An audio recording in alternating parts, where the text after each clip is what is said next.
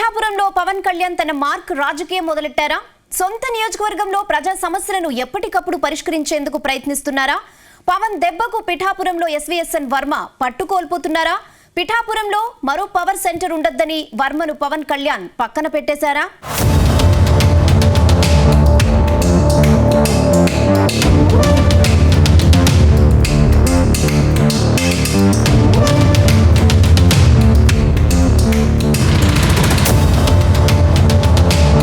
జనసేన అధినేత పవన్ కళ్యాణ్ పిఠాపురంపై పట్టు బిగుస్తున్నారు. పిఠాపురంను తన కంచుకోటగా మార్చుకునేందుకు కసరత్తు మొదలుపెట్టారు.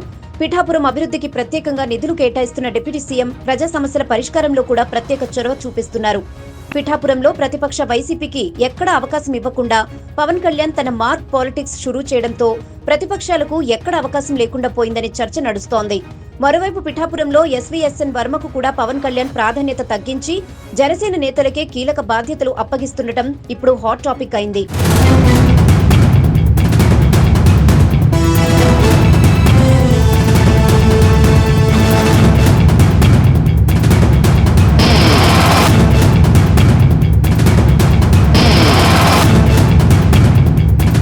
గత అసెంబ్లీ ఎన్నికలకు ముందు వరకు పిఠాపురం గురించి పెద్దగా చర్చ లేదు.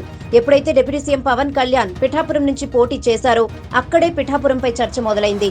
అప్పటి వరకు పిఠాపురంలో జనసేన గెలుస్తుందా, పవన్ కళ్యాణ్ ను పిఠాపురం ప్రజలు ఆదరిస్తారా అని అనేక సందేహాలు. కానీ అందరి అంచనాలు తారుమారు చేస్తూ పిఠాపురం ప్రజలు బంపర్ మెజార్టీతో పవన్ ను గెలిపించారు.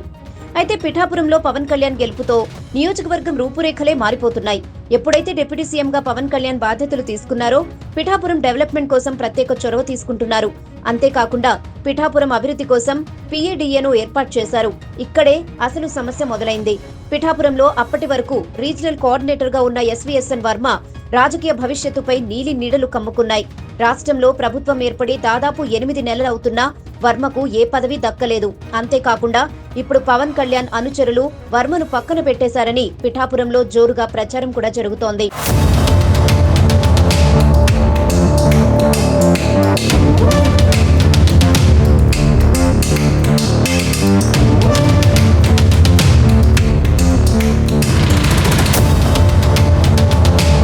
ఇక పిఠాపురం ప్రజలకు ఎమ్మెల్యేగా పవన్ కళ్యాణ్ అందుబాటులో ఉండడం లేదని వైసీపీ ఇన్ఛార్జ్ వంగా గీత ఆరోపణలు చేస్తున్నారు.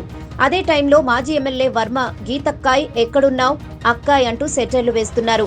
అయితే వర్మకు వైసీపీ నేతలు కూడా స్ట్రాంగ్ కౌంటర్ ఇస్తున్నారు.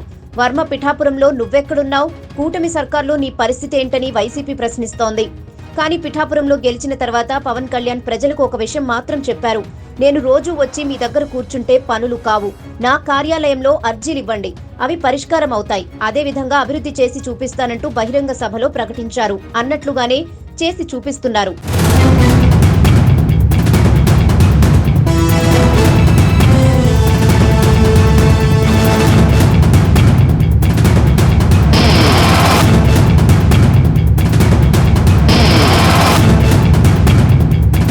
అంతేకాకుండా పిఠాపురం నియోజకవర్గంలో పవన్ కళ్యాణ్ స్వయంగా పాల్గొనే అవకాశం లేకపోవడంతో పార్టీ ఇన్ఛార్జిగా మర్రెడ్డి శ్రీనివాసరావును నియమించారు. అధికార కార్యక్రమాల కోసం తన రాజకీయ వ్యవహారాల కార్యదర్శి హరిప్రసాద్ ను ఎమ్మెల్సీ చేశారు. అటు జనసేన క్రమశిక్షణ కమిటీ చైర్మన్ వేములపాటి అజయ్ ను టిట్కో చైర్మన్ చేసి ఆయనను కూడా ఇక్కడే ఉంచారు. ఆయనకు రాష్ట్ర కార్పొరేషన్ రావడంతో అధికార కార్యక్రమాల్లో ఆయన పిఠాపురంలో భాగస్వామి అవుతున్నారు. తాజాగా మెగా బ్రదర్ నాగబాబును మంత్రివర్గంలో తీసుకుంటున్నారు. ఆయన కూడా పిఠాపురంలోనే ప్రజలకు అండగా ఉంటారని చెప్తున్నారు.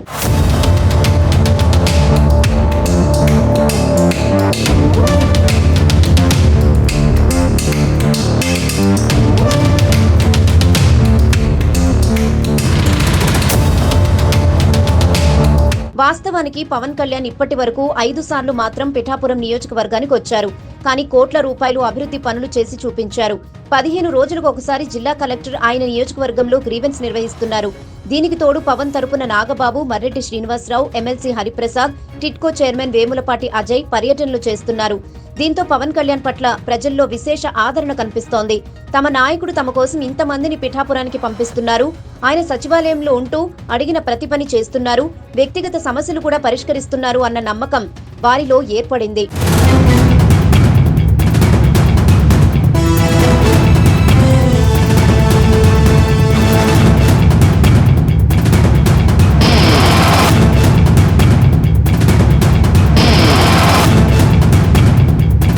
ఇదే టైంలో ఎస్వీఎస్ఎన్ వర్మ రోజు రోజుకి తన పట్టును కోల్పోతున్నారు.